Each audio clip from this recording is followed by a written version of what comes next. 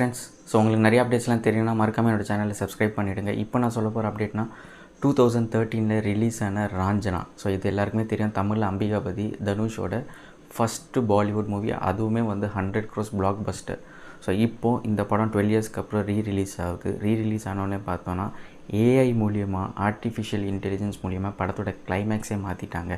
எல்லாருக்குமே தெரியும், படத்தில் லாஸ்ட்டில் வந்து தனுஷ் இறந்துருவார். பட் கிளைமேக்ஸ் மூலியமாக என்ன பண்ணியிருக்காங்கன்னா, இந்த ஏஐ மூலியமாக என்ன பண்ணியிருக்காங்கன்னா, தனுஷ் உயிர் தெழுந்து வரான்ற மாதிரி காட்டியிருக்காங்க. ஸோ இதை பார்த்த தனுஷ் மட்டும் இல்லாமல் எனக்குமே அந்த ரீல்ஸ் பார்க்குறப்ப என்னடா அந்த ஃப்ளேவர் ஆஃப் த ஃபில்மே வந்து நீங்கள் ஸ்பாயில் பண்ணிட்டீங்கன்ற மாதிரி இருந்துச்சு. தனுஷ் அவரோட வியூவுமே எக்ஸ்ப்ரெஸ் பண்ணியிருக்காரு. ஸோ இது மேக்கர்ஸ் வந்து தெரிஞ்சு பண்ணாங்களா தெரியாமல் பண்ணாங்களான்னு தெரியல. கண்டிப்பாக பெர்மிஷன் இல்லாமல் தான் பண்ணியிருக்காங்க. ஏன்னா ஒருத்தரோட இமேஜை நீங்கள் ஏஐயில் யூஸ் பண்ணணுன்னா அவரோட பெர்மிஷன் இருக்கணும், கன்சென்ட் இருக்கணும். கன்சென்ட் இல்லாமல் நீங்கள் பண்ணியிருக்கிறீங்க. ஸோ இது ஃப்யூச்சரில் த்ரெட்டாக கூட முடியவங்க பாருங்கள்.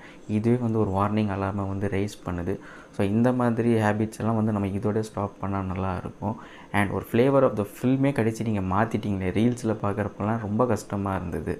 ஸோ இந்த மாதிரி மேக்கர்ஸ் வந்து எதுவுமே பண்ணாத மாதிரி ரீரிலீஸ் மட்டும் பண்ணுங்கள். இல்லைனா கொஞ்சம் 4K 8Kக்கு ஏற்ற மாதிரி மாற்றணும்னா மாற்றி அடிஷ்னல் என்ஹான்ஸ்மெண்ட்ஸ் மட்டும் பண்ணி விட்டிங்கன்னா ரொம்ப நல்லாயிருக்கும். ஸோ இந்த ஏஐ யூஸ் பண்ண டெக்னாலஜி ரைட்டாக ராங்கான்றதை நீங்கள் கமெண்ட் செக்ஷனில்